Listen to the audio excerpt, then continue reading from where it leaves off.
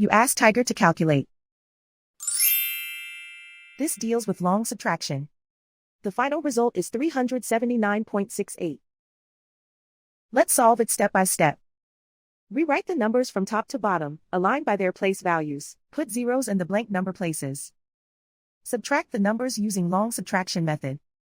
Because the upper digit, 0, in the hundredths column is too small to get a positive difference, borrow 1 from the number to the left, 500.0, which becomes 499.9, and get 10. 10 minus 2 equals 8.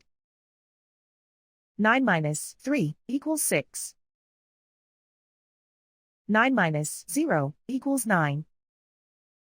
9 minus 2 equals 7.